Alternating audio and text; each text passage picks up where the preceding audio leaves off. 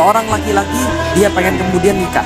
Setelah kemudian searching di internet, setelah kemudian lewat perjodohan, lewat ustadznya, dia dapat ada seorang awat cantik seperti yang dia bayangkan, sesuai dengan yang dia inginkan, pintar baca Quran dan sebagainya, tapi tinggalnya di Surabaya misalnya.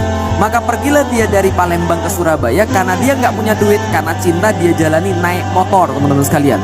Naik motor dari Palembang pergi ke Surabaya, nyebrang kemudian pergi dari Lampung pergi ke Banten, ke Jakarta, lalu kemudian naik motor di Pantura. Di Pantura ketika dia ketemu orang, dia ditanya, "Nak, kamu ngapain?" "Saya mau pergi ke Surabaya." "Ngapain?" "Saya mau melamar seorang wanita pilihan saya untuk kemudian saya nikahi." Dia akan bangga cerita pada semua orang. "Emang kamu nggak capek?" "Capek, tapi saya harus melanjutkan perjalanan ini." "Lah kenapa?" "Karena saya mau melamar wanita yang saya cintai." Kemudian terus menerus, tiba-tiba motornya mogok. Apa yang dia lakukan? Dia nggak menyerah. Kenapa? Dia masih ada harapan. Dia cari siapa yang bisa benerin motornya. Dia cari apa yang bisa dia lakukan supaya motornya tetap bisa jalan. Di tengah jalan dia lapar, nggak ada masalah. Yang penting ada tujuan. Kenapa orang itu selalu semangat? Kenapa orang itu selalu punya kemudian sebuah keberanian? Karena dia punya hope namanya. Dia punya namanya harapan. Tapi begitu kemudian di tengah-tengah di Semarang, dia dapat SMS. SMS siapa? "Mohon maaf akhi, saya nggak jadi, sudah ada yang melamar saya, kita batalkan khidbah kita." Kira-kira gimana hidupnya?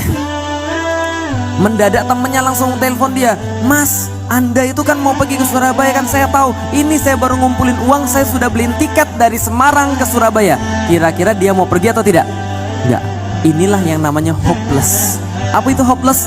Ketika seseorang sudah kehilangan tujuan hidup dia, maka muncul yang namanya hopeless, orang-orang yang sudah hilang harapan. Dan orang-orang yang hilang harapan ini, dia bisa berbuat segala sesuatu dan gak akan ada yang bisa menyenangkan hidup dia. Kalau sudah hopeless, apapun di depan mata dia, itu bagi dia gak akan menyenangkan. Tapi bagi orang yang punya harapan, apapun akan jadi menyenangkan. Paham teman sekalian?